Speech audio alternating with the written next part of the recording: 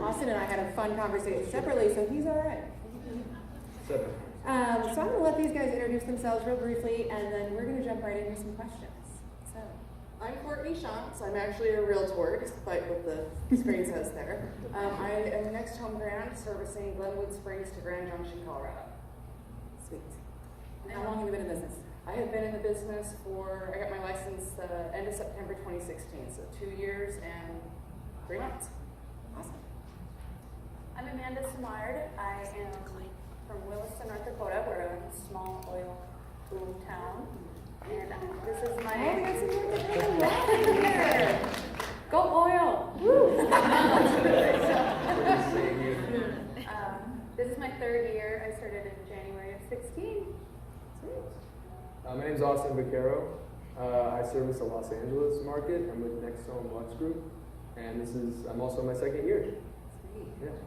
So, you might be sensing a theme here that we have a panel of top producing rookies. They have been all in the business 3 years or less. And so, for those of you that have been in the business a long time, you're still going to learn a lot from these guys. They have a lot to share in terms of some of the lessons that they've learned. And if you're in the situation where you're potentially recruiting or working with newer people, I think you're also going to find some of the things that they have to say really educational. So we're going to jump right in with the question that I told you I was going to ask right off the bat. And I want to know, what was the best advice that you received when you started in business? For me, the very best advice I got was get coached. I had my license, and there I was. And now, what did I really have? But a license to get sued. I didn't know anything. I didn't know anything, and I wasn't from my town, so my sphere was non-existent. So a girl in my office said, "You need a real estate coach," and so that's what I did. I got a coach, and it was the best money I ever spent. Mine is don't take everything so personally. I'm still working on it. It's taken a while, but it will eat you alive if you take some things personal. I mean, obviously it's a very personal business, but just don't let it eat at you. Don't lose sleep over some things. Some people will just never be happy, and we just do our best and smile and move on. I remember I was sitting with my aunts, and my aunt was actually a real estate broker in Florida, and I was sitting with her, and she was reading a magazine, and we were like in the sun by the beach, and I was like just getting my license. I had just passed the courses, and I was just like imagining what it would be like to be successful in real estate. And I was like, I turned to her and I was like, "Aunt Laura, hey, how many houses do you think I have to sell to sell $10 million worth of real estate?" And she just looks up from the magazine and just goes, "1." And I was like, wow. And so like right off the bat, it was like, think big. That was like the one thing when I was doing, was like, think big. And it like totally, really affected me, actually. Yeah, and not just think big, but like, that really simplifies it, right? It's just, that's all it takes. So that's awesome. All right, let's get into nuts and bolts. I mean, you're starting out, each of you starting out new.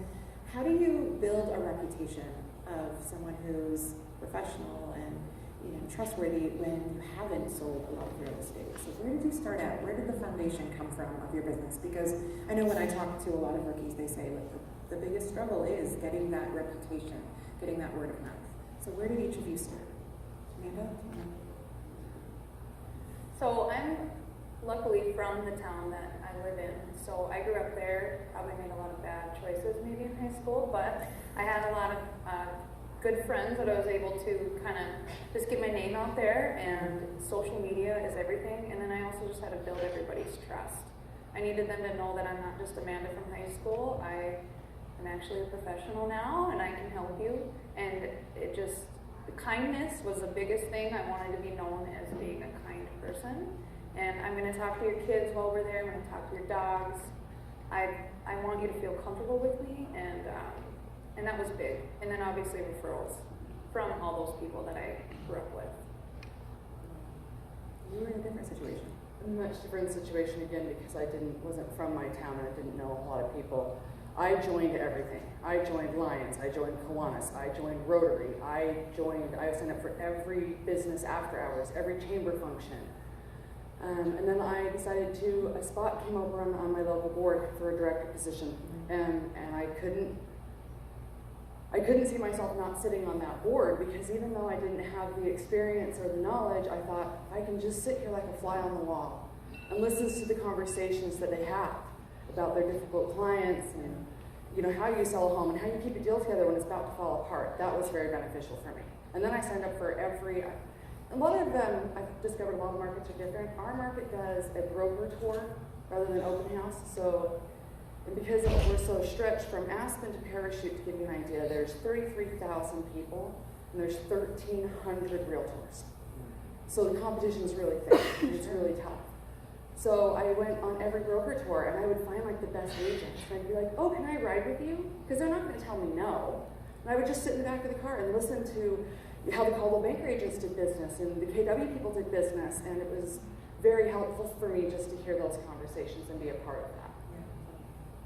Yeah, one of the things, because I just like you, I had no sphere of influence. I had moved to Los Angeles and North Carolina. I was on the run from the law, and I just I moved over there, and it's like, you know, I didn't go to high school anyway there. You know, I didn't have that thing that you have. You know, it's really awesome. And so part of it was like I fell in love with an area. I fell in love with like a really specific area of Los Angeles that I really believed in, and I started to learn a lot about like that specific area. And I do a ton of cold calls, so I was like always pulling like building permits in the area from like the different tracks and stuff that are going, different properties and what they permitted for. So I could like talk about, oh yeah, I saw the permit was built for a 2-story dwelling there. And they'd be like, really? Oh my God. So you're on the phone with somebody, they're like, oh, I didn't even know. So I would kind of like get obsessed with like the neighborhood and the pocket and kind of try to learn what was going on. And then that kind of bolstered the reputation, I think, a little bit for me, is like just having knowledgeable of the area I'm calling on. So when I'm making the call, like I already did my homework around them, what's going on. Oh yeah, the Joneses, they're next door to you. Yeah, they bought back 3 years ago. Yeah, I'm on my computer just, you know, on the phone searching. Yeah, that's sort of it. I don't cold call. I think cold calling is kind of a waste of everybody's time, especially now that all of our cell phone numbers have been sold. And so your phone's constantly ringing with people trying to sell you stuff. And I'm a big advocate for animals and dogs. My campaign is buy or sell with me, adopt a pet for free. That must be a rescue pet. And I would get animals from my local shelter, because I do much better in person, and I'd get the little adopt me vest on the dog and go knock on doors. People never suspected the moment they opened the door in the first 3 or 4 minutes of conversation that I was a realtor. They thought I was trying to get this dog adopted, which was peddling dogs, which was the purpose, but then it was that personal connection. They were like, oh, you're selling real estate. Well, I don't want to adopt a dog, but I do want to talk about my home. So that was really helpful just to get me invited into people's homes and into the door. I love that each of you approached that situation in your business differently, that you were all about meeting people, and you were about creating the idea of who you wanted them to think of you as, and you were about education, right? I want information.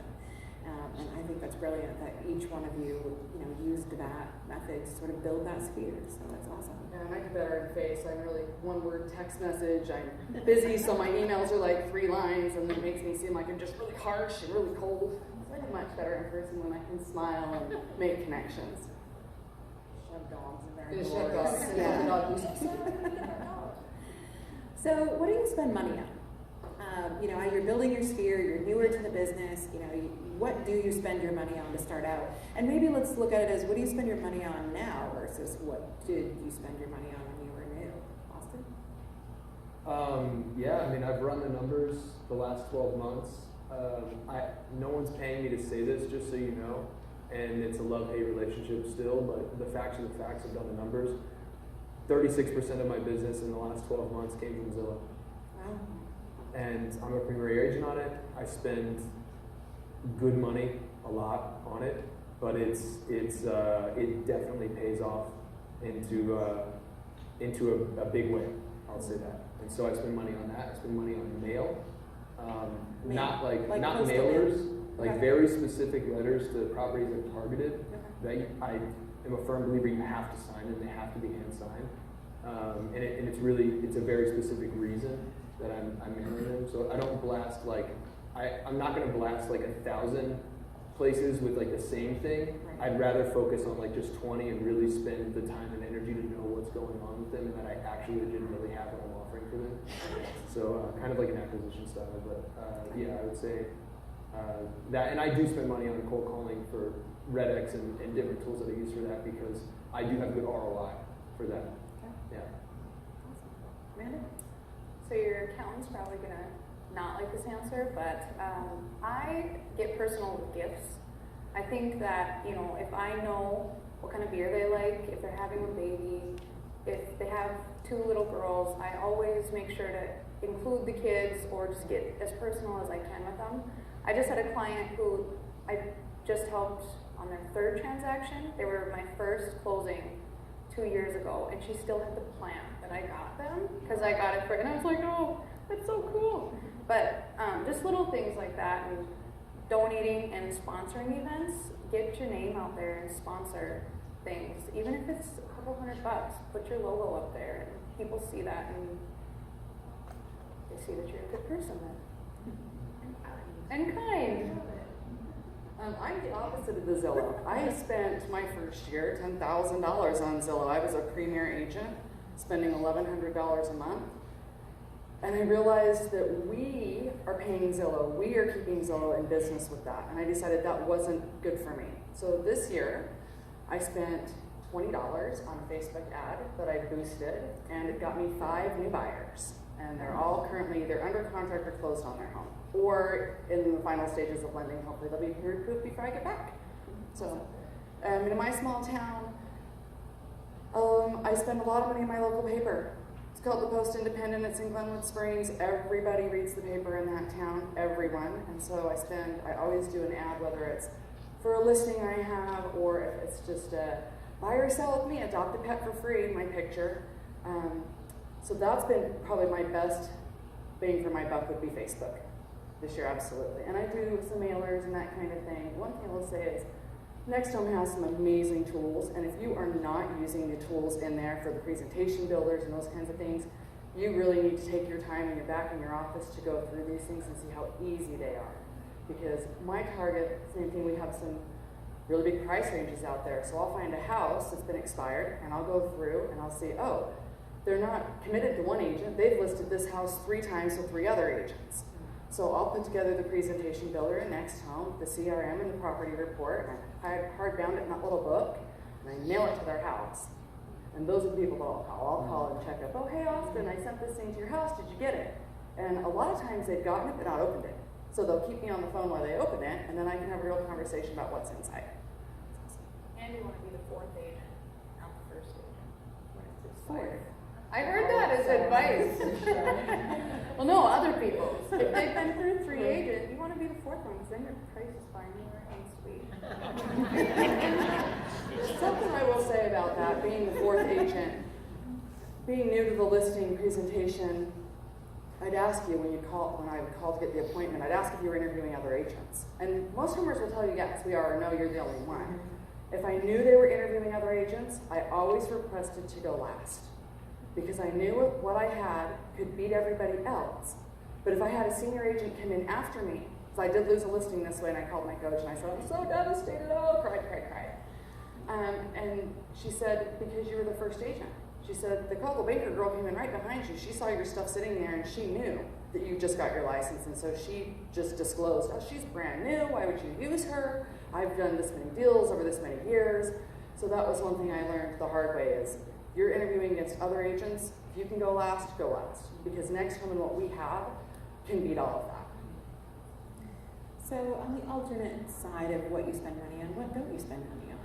Zillow. I don't spend money on leads. I am fortunate enough where I don't have to. Leads make my skin crawl. I know that's terrible and that's not a real estate thing to say, but I just would rather be out meeting people, focusing on my past clients, focusing on referrals. I want to focus on those people that I know, and I have been able to pretty much drive my business from my sphere and referrals, past clients, everything. Okay. Awesome. I'm trying to think of what I don't spend money. I feel like I spend money on so many different things to try it. I guess I kind of already said it. Like, I think that the like spending money on 5,000 flyers or something like that, cardstock. It's actually like for every door delivered mail is really expensive. It's like a couple $1,000 in our area, or three. I think it's like last time we did it, it was $3,000 or $4,000 to do it. With like the amount of eyeballs that you can get, and like if it's 5,000 flyers, it's 10,000 eyeballs. Like that's not enough people. But if you were to spend a tenth of that on boosting on Facebook, it's way more eyes. Like the numbers are just significantly more. You can target it in a really specific way. You can still target with every door delivered by like how much money they're making on the street and that sort of thing, like income. But I think that a better use of dollars is Facebook, boosting it on Facebook definitely, or Instagram. Yeah. Let's talk about resources, and you briefly touched on this, but what resources, tools, coaches, what are the things that you couldn't live without? What are some of the things that you use on a daily basis? No rules here. Apps, websites. What are some of the things that you say, like, these are my jam. Like, this is what I spend my time on, my energy, and this is what I get from it. My coaching, Tim and Julie Harris Real Estate for sure, and I know this is not KW, but Keller Williams tried to recruit me about a year ago, so I went to one of their conferences, and I did pick up the MRE, the Millionaire Real Estate Agent. If you can find other people's literature and other companies' books that they're already putting out, don't reinvent the wheel. Read it, because it's applicable no matter who you work for. And that being said, I would just like to say, Next Home is my 5th stop. So even though I've only had my license a short time, I've been with the big names. And I couldn't get what I wanted in my small community from those big names. And I didn't think, real estate is about you, your brand. I'm brand Courtney. Real estate's about me. And my clients, I don't think my clients ever cared when I left Sotheby's that I wasn't going to be a Sotheby's agent. They wanted to work with me because of the value that I provided. So I think that is, finding a good fit, but the things that I use every day would be just reading. Just so you know the do's and the don'ts. And Facebook. There's some, if you haven't taken a Facebook marketing class, it'll be some of the best time that you spend. Because there are just things on Facebook that you don't know are there, just like I didn't know are there. Nobody wants, the class I took, the guy said, you need 5,000 friends. They cap you out at 5,000. You need 5,000 friends. So you go to your listing appointment, you can say, I have a network of 1,500 people because these people in my office each have 5,000 friends. And then you can actually categorize these people so they're not showing up in your newsfeed. They can't Facebook stalk you.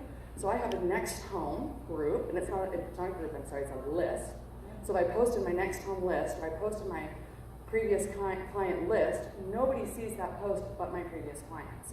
So when I boost stuff, I exclude every realtor affiliate and every realtor in my market because I do not want them to see what I'm doing and how I'm making it work for me. Mine is coaching as well. I did coaching for a full year. They helped me through, it was chaotic. I was way busier than I wanted to be, and I needed help. I didn't know what to do. I didn't know what I was doing. And they helped me through some really traumatic times in my life. Like, they're a real estate coach, but they helped me through a brokerage change, a death in my family. And so I stopped, but I will be going back. I feel like it's going to be like an every other year thing. I'm going to do a year, then I think I'm so awesome. And then by the end of that year, I'm like, oh crap, I need to go back. So it's going to be like, hey, will you take me back? It's like the gym. Yeah, Right? yeah. It's Like, not my project. I got this. And I'm like, oh, it's fine. I got this. And I'm like, you go right back down. So sometimes you just need to hear what you don't want to hear. And they're good at that. And yeah, that was, plus things like podcasts, audiobooks, self-care. When I'm not taking care of myself, I'm not taking care of anybody else, believe me. So try to remember to take care of yourself as a resource as well. Yeah, I've not had an experience with coaching, like a coaching service, but I'll say that I have like a family style relationship with my brokers, Sean and Art, and the support there has been unbelievable. I switched.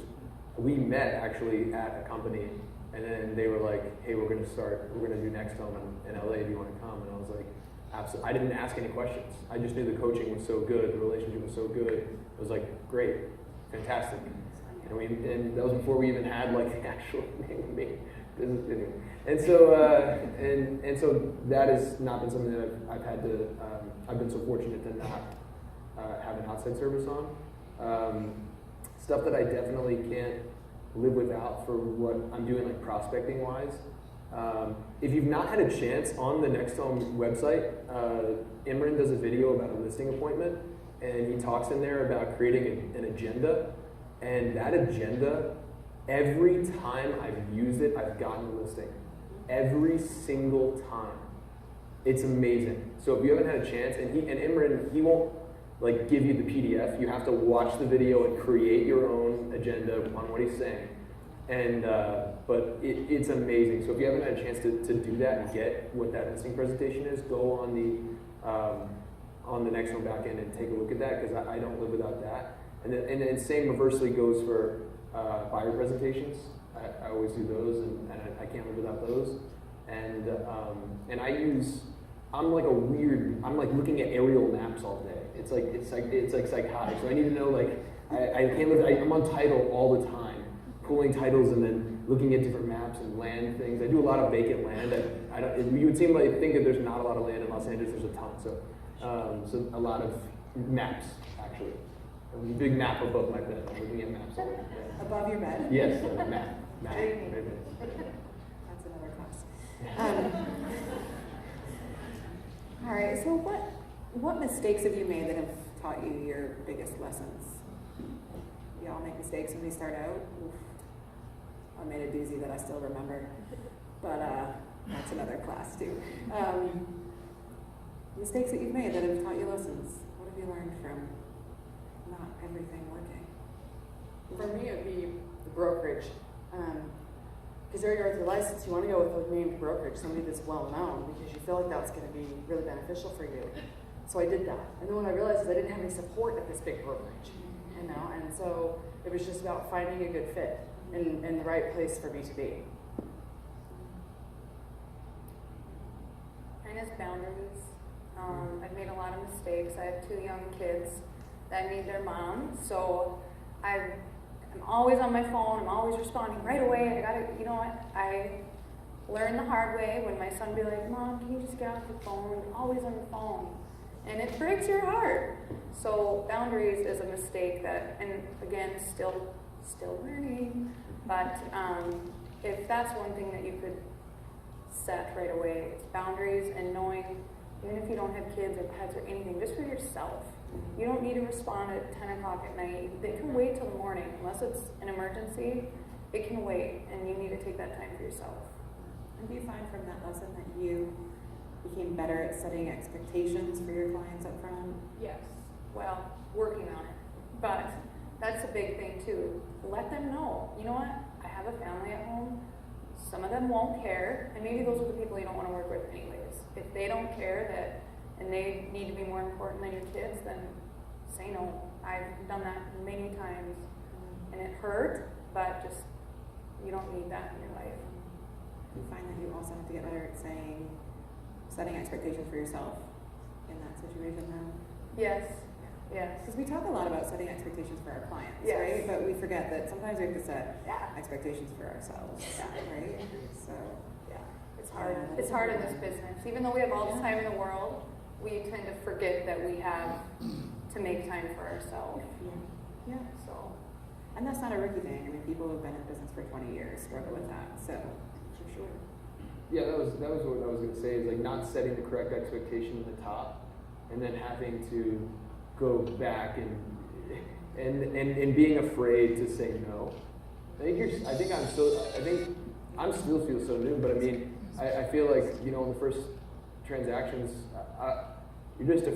you're afraid to not know the answer. You're afraid that anything you say is going to ruin the deal, and you still want to provide good service, but you have less than no money, and so you're like, oh god, I can't tell this person no. Like, sure, I'll like clean your room, you know, or whatever. I've not done that. No problem. I'll see you before the open house for sure. Yeah, exactly. Yeah, so I think each transaction, each kind of interaction, I'm getting more and more comfortable with setting the expectation and sticking to it. Yeah. And that sort of, it makes it way easier, like, because if the expectation isn't set, then it's just going to breed a resentment later, and I'll get resentful even at myself.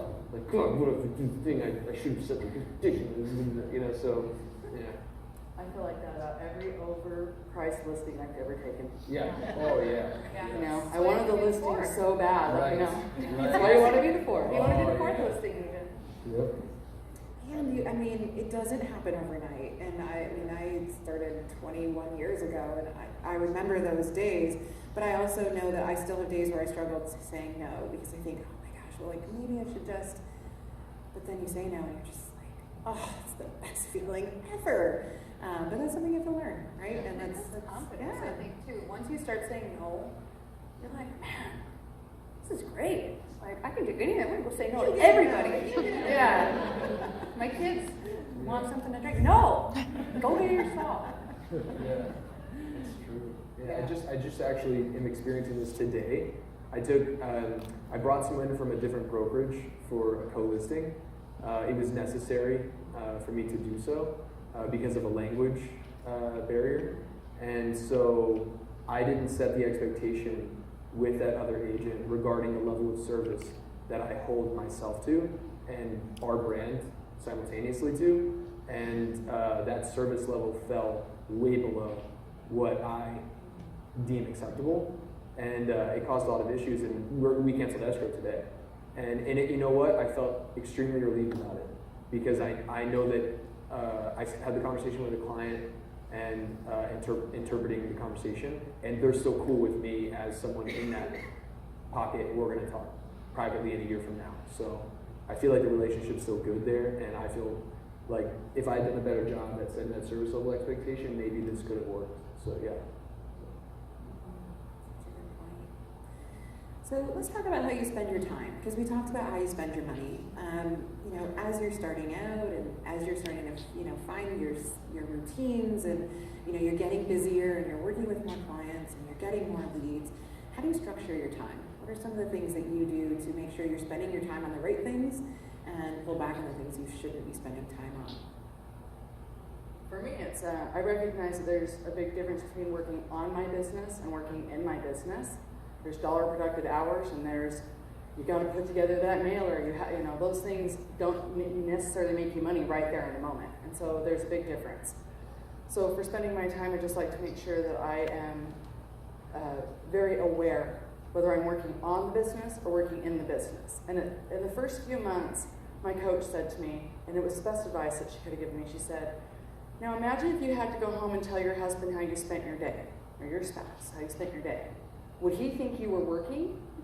And I thought, probably he'd think I'm just having coffee and lunch and walking dogs. Like, he probably doesn't think I'm doing much of anything. Because that's how I was spending my time. I was just so busy trying to get it all together that I wasn't being active in cultivating harvesting my farm, but I was busy watering every day. So, and the coaching part, the reading part is huge. Spending my time on that. I have one child. He's amazing. I try to spend as much time with my child as I possibly can. Life is short. So.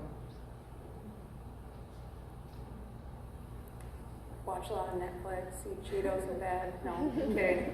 I wish. Sometimes maybe you need to have those days. There's like an uncomfortable murmur of like, Yeah. My first year or two, I made sure that I dropped my kids off at daycare and I was at the office at 8:15 every day, and I stayed all day, and then I was showing houses all night, and then I was exhausted. So I did go through that phase. It was really important though to be in the office and be there and take all the calls. Nobody else wanted to be in the office, so I sat there and I took the calls. I took the walk-ins. When you're beginning, or if you just want to build your business, it's huge. You have to show up. Now I'm able to focus my time on community events. I'm on, there are 3 local committees, 2 state committees. The chamber, just Mondat Humane Society, dogs, and Sucker for. We just got a new one the other day. But now I'm able to get my face out there and work on my people that I need to, but also just spend more time out helping out. Having a schedule is important when you work for yourself. Yeah. You can't just roll into the office at 10 o'clock some days and noon others and 8:30, other days. You have to be consistent. Consistent, yeah, absolutely. Consistent in your schedule, in the office every day by the same time. Do the best you can to take your lunch or your breaks or your client meals at the same time every day, and then you leave around the same time every day. Because it's helpful for you to be able to balance and provide yourself structure in the day to day. Yeah, that's what I was going to say. Scheduling. I think schedule blocking works really well. I use my I don't know what I do without the calendar. I mean, if it's not, and when I think of it, it is very much like that 5-second thing. It has to be done like right then. Like I have to put in the schedule right then. If I even say to myself like, okay, I have to add it to my schedule in a minute, it's gone. It's gone. And then you know what sometimes I'll do is I'll like new event in the calendar, and that is the scariest thing to see on your calendar when it just says new event. Like, oh my God, who is waiting for me? And so yeah, so I like really try to stay on top of that schedule blocking. My coach told me the other day, if you think of something that needs to be done and it's going to take less than 1 minute to do it right then. Right. And I've been really trying to do that. It really has been a game changer because I used to be like, oh, I have to do that thing, so I would add it to my list. By the time I went, found my list, added it, I could have done it, right? And so that really has that whole sort of like just do it right now. It's going to take less than a minute, and a lot of stuff does, right? Just it's the little. I can think of nothing that will take less than a minute right now for you. Sorry, but yeah, lots of times things come to me, and I'm like, oh yeah, I should have done that thing. Do it in that moment. And I feel like there's, like you were saying, Courtney, it's like between working hour activities that I need to do, but that these are the hours like that business has to be conducted because things are open during that time. And then like I personally, just for my business, I don't need to be focusing on printing and signing and mailing letters at 10 a.m. just for my business and my market, you know? That is for me a nighttime activity. That can be, once I'm done with work for the day, I can do that prospecting stuff. Because there's some prospecting stuff that doesn't have to be done at those, and I don't have children or even a pet yet. One day, but yeah.